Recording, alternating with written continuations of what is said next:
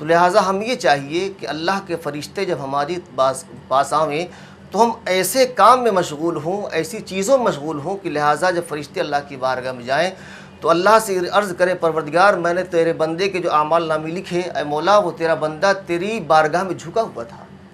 تو لہٰذا فرشتے بھی گواہ بن جائیں گے پروردگار اس کے گناہوں کو نہ دیکھ، بلکہ ہم گواہ ہیں کہ تیری انہوں نے عبادت کیا ہے، لہٰذا اے مولا ہماری گواہی میں تو اسے معاف فرما دے، تو اللہ تبارک و تعالیٰ اس کے گناہوں کو معاف فرما دیتا ہے۔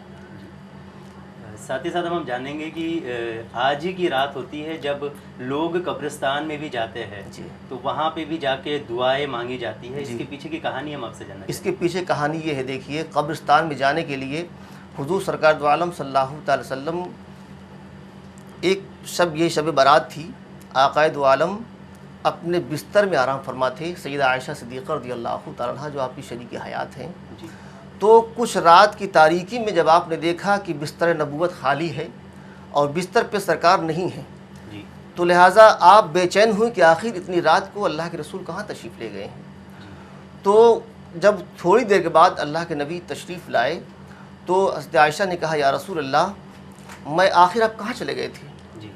تو اللہ کے پیارے رسول نے فرمایا کہ اے عائشہ میں جنت البقیع قبرستان گیا تھا، اس لیے کہ آج کی وہ شب ہے کہ جب قبرستان میں کوئی انسان جاتا ہے اور ان مردوں کے لیے دعا کرتا ہے جن کے اوپر اللہ نے جہنم لکھ دیا ہو، تو آج کی شب میں اگر ان کی مغفرت کے لیے ہم دعا کریں گے تو پروردگار عالم آج کی شب میں اور میرے صدقے میں اس کے گناہوں کو معاف فرما دے گا۔ تو لہٰذا اس لیے قبرستان ہمیں جانا چاہیے، کیونکہ جو انسان اس دنیا سے جا چکا ہے تو لہٰذا اس کے لیے دعائیں کرنا یہ ہمارا کام ہے، اس لیے کہ جب ہم کسی مردے کے لیے، کسی مومن کے لیے جب ہم دعا کریں گے تو وہ مومن بندہ، وہ جس کا انتقال ہو چکا ہے، وہ اللہ کی بارگاہ میں دعا کرے گا کہ اے پروردگار تیرے بندے نے میرے لیے دعا کیا ہے، اے مولا اس کی عمر میں برکت عطا فرما دے۔ تو لہٰذا دعا کرنے والے کو بھی ثواب ملتا ہے اور جس کے لیے دعا کی جاتی ہے اس کو بھی ثواب ملتا ہے۔ ایک مرتبہ کا واقعہ ہے کہ نبی کونین صلی اللہ تعالی وسلم تمام صحابہ سے آپ ارشاد فرما رہے تھے، تو عیسیٰ علیہ السلام کا ایک واقعہ آپ نے بیان فرمایا کہ سیدنا عیسیٰ علیہ السلام ایک مرتبہ ایک پہاڑ کے قریب گئے تو آپ نے دیکھا کہ ایک پہاڑ بڑا خوبصورت پہاڑ ہے، بہت خوبصورت پہاڑ ہے، اتنا سفید ہے، بالکل شفاف، جیسے دودھ کے جیسے وہ سفید تھا۔ تو عیسیٰ علیہ السلام نے کہا کہ اللہ تیری شان بڑی بے نیاز ہے، تو بہت بڑی قدرت والا ہے کہ پروردگار تو نے ایک پتھر کو اتنا خوبصورت بنا دیا۔ تو اللہ نے فرمایا کہ اے میرے عیسیٰ تم اس سے بھی کہیں عجیب تر چیز دیکھنا چاہتے ہو؟ تو عیسیٰ علیہ السلام نے کہا ہاں اللہ میں دیکھنا چاہتا ہوں۔ تو اللہ نے فرمایا کہ پہاڑی کے اوپر چڑھو۔ تو جب پہاڑ کے اوپر جاتے ہیں تو آپ نے دیکھا کہ دو پہاڑ آپس میں ملے ہوئے ہیں اور اللہ کی قدرت سے وہ پہاڑ ہٹ جاتے ہیں۔ تو عیسیٰ علیہ السلام نے دیکھا کہ اس پہاڑ کے اندر ایک اللہ کا بندہ عبادت کر رہا ہے، اور اسی پہاڑ کے اوپر نہیں، پہاڑ کے اندر یعنی پتھر کے اندر جب پتھر شق ہوا، پتھر الگ ہوا، اس میں ایک انسان نظر آیا جو اللہ کی عبادت کر رہا تھا۔ تو آپ نے دیکھا کہ اسی جگہ پہ ایک پانی کا چشمہ، ایک پانی بہہ رہا ہے اور انگور کا درخت بھی لگا ہوا ہے۔ تو عیسیٰ علیہ السلام نے اس اللہ کے بندے سے پوچھا کہ اللہ کے بندے تو یہ بتا کہ یہاں پر کتنے دنوں سے عبادت کر رہا ہے؟ تو اس اللہ کے بندے نے کہا کہ عیسیٰ علیہ السلام 400 سال سے میں مسلسل اللہ کی عبادت کر رہا ہوں۔ تو میں نے اللہ کی بارگاہ میں عرض کیا تھا پروردگار مجھے ایسی تنہائی عطا کر دے، ایسی جگہ مجھے وہاں پہنچا دے جہاں میں تیری عبادت کھل کر کے کر سکوں، مجھے کوئی دیکھ نہ سکے۔ تو لہٰذا اللہ نے اپنی رحمت سے مجھے ایسی جگہ عطا کر دیا کہ یہاں کوئی نہیں ہے، بے ریا اور بے دکھاوا کر کے میں اللہ کی بارگاہ میں عبادت کر رہا ہوں۔ جب مجھے بھوک لگ جاتی ہے تو میں انگور کے ایک خوشے توڑتا ہوں، کھا لیتا ہوں، اور اس پانی کے چشمے سے اسے میں پانی پی لیتا ہوں۔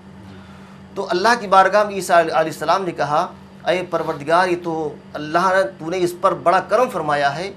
اتنی نیکیاں ہے کوئی ایسی چیز جس کے پاس اتنی نیکیاں ہوں؟ بھائی 400 سال سے جو بے ریا بے دکھاوا عبادت کر رہا ہوں تو اس کی نیکیوں کا کوئی اندازہ نہیں لگا سکتا۔ تو اللہ نے فرمایا کہ اے میرے عیسیٰ ایک چیز اور بھی ہے، میں نے یہ خصوصیت اور یہ چیز جو یہ شرف بخشا ہے اپنے نبی محمد صلی اللہ تعالیٰ علیہ وسلم کی امت کو بخشا ہے۔ اس میں ایک رات میں نے عطا کی ہے جسے شب برات کہتے ہیں۔ جی اگر میرا کوئی بندہ صدق دل سے، سچے دل سے ساری رات اس نے عبادت کر لیا تو لہٰذا اس کے 400 سال کی عبادتوں سے اس بندے کی عبادت ایک رات کی زیادہ بڑھ جائے گی۔ سبحان اللہ۔ ایک رات کی عبادت 400 سال کی راتوں سے بڑھ کر ہو جائے گی۔ یہ خصوصیت صرف امت محمدیہ کو عطا کی گئی ہے۔ تو آپ سوچو امت محمدیہ کا مرتبہ کہ عیسیٰ علیہ السلام خود اللہ کے نبی ہیں، خود اللہ کے نبی ہیں، لیکن انہوں نے کہا پروردگار تو نے مجھے نبی کیوں بنایا تھا؟ اگر تجھ کو مجھے دنیا میں بھیجنا ہی تھا تو مجھے نبی نہ بناتا بلکہ امت محمدیہ میں پیدا کر دیا ہوتا۔ تو لہٰذا ہمیں چاہیے کہ ایسی رات کو ہم نہ گنوائیں، ایسی رات کو ہم بالکل اس کا احترام کریں اور صدق دل سے اللہ کی بارگاہ میں عبادت کریں۔ دوسری بات یہ ہے کہ جب اللہ کی بارگاہ میں ہم سجدہ کریں، بہت سے لوگ کیا کرتے ہیں جیسے پرچے اب چھپتے ہیں نفل پڑھنا، 100 رکعت، 3 رکعت، 2 رکعت، 4 رکعت کر کے، تو لہٰذا یہ نفل نماز جو پڑھی جاتی ہے یہ نفل نماز اس کے لیے ہے جس کے اوپر فرض باقی نہ ہو، جی ہے نا۔ ابھی 5 وقت کی نماز آدمی پڑھتے ہیں اور کوئی نہیں پڑھتا ہے، بس رات کو جگ لیے کام ہو گیا، جی ایسا نہیں ہے۔ جس کے اوپر فرض نماز باقی نہیں ہے وہی نفل نماز پڑھے،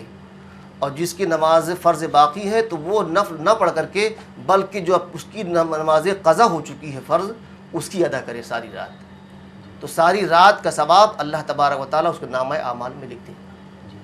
لیکن یہ کچھ لوگ ایسے ہیں جو نماز آج بھلے ہی شب برات ہے، سب جاگتے بھی ہیں لیکن مسجدوں تک نہیں پہنچ پاتے ہیں۔ جی جی وہ ہمیشہ باہر ہی اپنے دوستوں کے ساتھ مل کر جی پوری رات ایسے ہی بتا دیتے ہیں، جی اور اس مبارک رات ان کے ہاتھ سے پھر کھو جاتی ہے۔ جی تو ایسے میں کیا کچھ سزا ملتی ہے اگر اس طرح سے کچھ برتاؤ کیا جاتا ہے؟ دیکھیے اس کے بارے میں دیکھیے یہ ہے